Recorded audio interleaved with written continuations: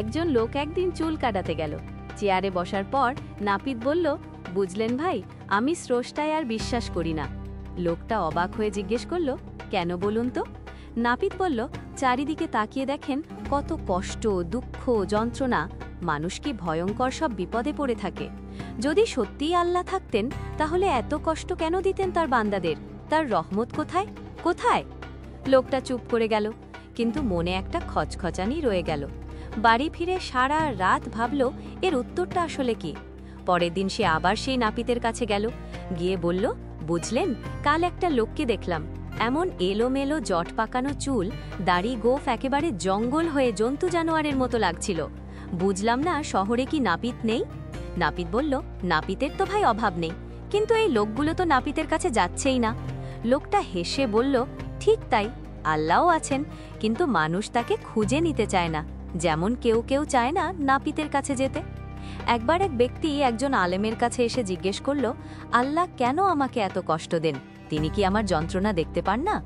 আলেম জবাবে বললেন, বিপদ আপদ আল্লাহর অনুপস্থিতির প্রমাণ নয়, বরং এগুলো আত্মার মহিমাকে আরও বড় করে দেখার উপায় মাত্র। তিনি বিষয়টি বিস্তারিত ব্যাখ্যা করলেন। যেসব শিক্ষা প্রতিষ্ঠান তাদের ছাত্রদের পরীক্ষা নেয় না, সেই প্রতিষ্ঠানগুলোর কি সমাজে কোনো কদর রয়েছে?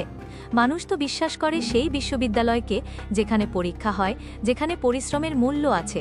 পরীক্ষার মানই প্রমাণ করে প্রতিষ্ঠানটি কতটা ভালো। তেমনি আমাদের জীবনের বিপদগুলো আমাদের শেখায় আল্লাহ কত মহান ও প্রজ্ঞাবান। গাফেল ব্যক্তি মনে করে জীবনে বালা মুসিবত আসা মানেই আল্লাহ নেই বা তিনি ভুল কিছু করছেন, কিন্তু মুমিন ব্যক্তি বোঝে বিপদ আসলে তার হিকমত ও কুদরতের নিদর্শন। যদি দুনিয়ার সবাই ধনী হতো বা সবাই গরিব হতো, অথবা সবাই জ্ঞানী হতো, তবে জীবনের ভারসাম্যই নষ্ট হয়ে যেত। আল্লাহ তাআলা পবিত্র কোরআনে বলেছেন, আমি তোমাদের কাউকে কারো ওপর মর্যাদায় উন্নীত করেছি জীবিকা বা সম্পদ দেওয়ার মাধ্যমে। এই যে বৈচিত্র্য, কেউ ধনী কেউ গরিব, কারো জ্ঞান বেশি কারো কম, এসবই আল্লাহর ভারসাম্যের শিক্ষা। এগুলো শেখায় সহমর্মিতা, ধৈর্য আর অন্তর্দৃষ্টি। তাই রহিম আল্লাহ বলেছেন, প্রয়োজন এবং কষ্টের আগমন হল আল্লাহর তালাশকারীদের জন্য ঈদের মতো।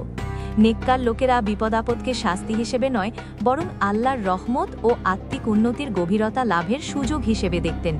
আল্লাহ তাআলা কোরআন মাজিদে বলেন, আর অবশ্যই আমি তোমাদের পরীক্ষা করব কিছুটা ভয় ও ক্ষুধা দিয়ে। লক্ষ্য করুন, আল্লাহ বলেছেন কিছুটা ভয়। এই উম্মতের জন্য সবচেয়ে কঠিন পরীক্ষাগুলোকেও আল্লাহ অল্প কিছু বলেছেন। অথচ পূর্ববর্তী জাতিদের শাস্তির বর্ণনা দিতে গিয়ে বলেছেন, সুতরাং আল্লাহ তাদেরকে ক্ষুধা ও ভয়ের পোশাকের স্বাদ গ্রহণ করালেন। পোশাক মানুষকে পুরোপুরি আবৃত করে ফেলে। এর অর্থ হল তাদের ওপর আসা পরীক্ষাগুলো তাদেরকে চারিদিক থেকে সম্পূর্ণরূপে গ্রাস করেছিল। কিন্তু আল্লাহ তার প্রিয় নবী মুহাম্মদ সাল্লাল্লাহু আলাইহি ওয়াসাল্লামের প্রতি করুণা করে বলেছেন, তিনি আমাদের পরীক্ষা করবেন কিছু দিয়ে, অর্থাৎ সম্পূর্ণ ধ্বংস নয়, বরং হালকা সীমিত এক পরীক্ষা। সুতরাং একজন বুদ্ধিমান মুমিন বিপদ আপদের সময়ে নিজের ভূমিকা নিয়ে চিন্তা করে, এই পরীক্ষার মধ্যে আমার দায়িত্ব কি, আমি কিভাবে এর জবাব দেব? যদি আমরা এই পরীক্ষায় আমাদের করণীয় বা ভূমিকা জানতে পারি, তবে আমরা অবশ্যই সফল হতে পারব।